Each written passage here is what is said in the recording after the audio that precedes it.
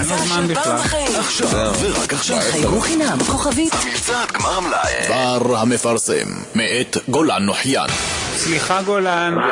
איך אתה ידעת להתחיל בהתנצלות? זו הפעם ראשונה. הפינה תהיה יותר קצרה מהאות שלה, זה כאילו שיא השיאים כבר נשבר פה. יאללה, גו. אבל במסגרת מה שיש, אני אגיד לכם שאני מאוד אוהב את זה שבפרסומת של אות החדשה ל-100 מגה הם שינו את הסיסמה בסוף ללהנות מכל מגה, שבדרך כלל הסיסמה היא להנות מכל רגע. וזה כאילו, אתם יודעים, דברים שלא עושים, כי סיסמה זה נורא קדוש, ופה ושם, ופה זרמו, אמרו וואלה, להנות מכל... ואני גם מאוד אוהב את זה של הפרסומת של תנורי יורולוקס, יש תנורים כאלה, יש עכשיו פרסומת בטלוויזיה, ויש להם מבצע, שהם מגדירים, שימו לב, מבצע חם מהתנור. יפה?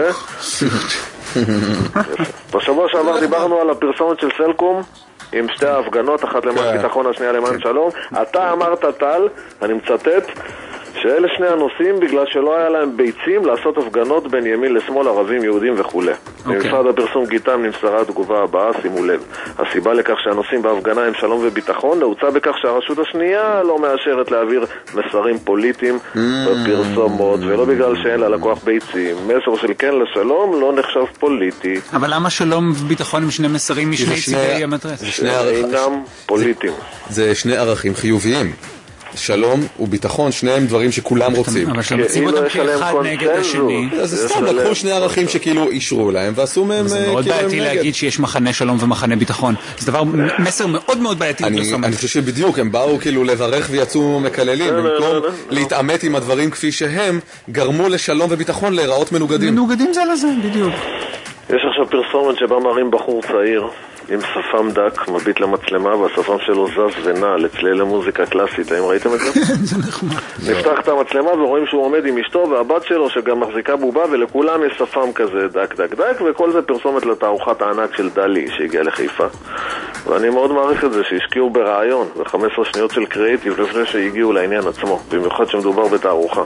הרי המתבקש היה להתחיל ישר עם לראשונה בישראל 500 יצירות של סלבדור דלי. עכשיו, אז לקחו רעיון כזה חמוד. איזה פחד זה להוביל באונייה או במטוס את כל היצירות האלה. תחשוב מה זה. תחשוב מי שאחראי על הלוגיסטיקה של ההובלה.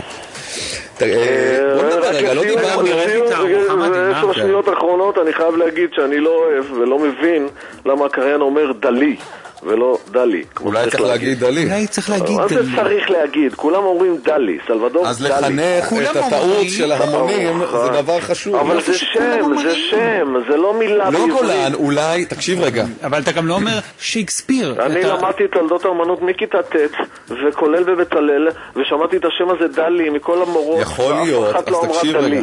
נוחיין, תקשיב רגע.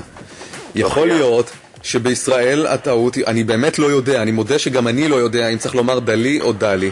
בישראל אנחנו אומרים דלי, ויכול להיות שנכון יותר להגיד דלי, וככה קוראים לו בעצם. נכון. אז עדיף שזה יישמע מוזר, אבל יהגו את זה נכון. כמו להבדיל ששנים אמרו כאן קים בסינג'ר, וזה לא השם? או ביירן מינכן. ביירן מינכן. עד כאן המיני פינה להיום, חברים, שיהיה כל... רגע, תתן איזה מילה על אלון גל שהוא נהיה גימל יפית החדשה? כן.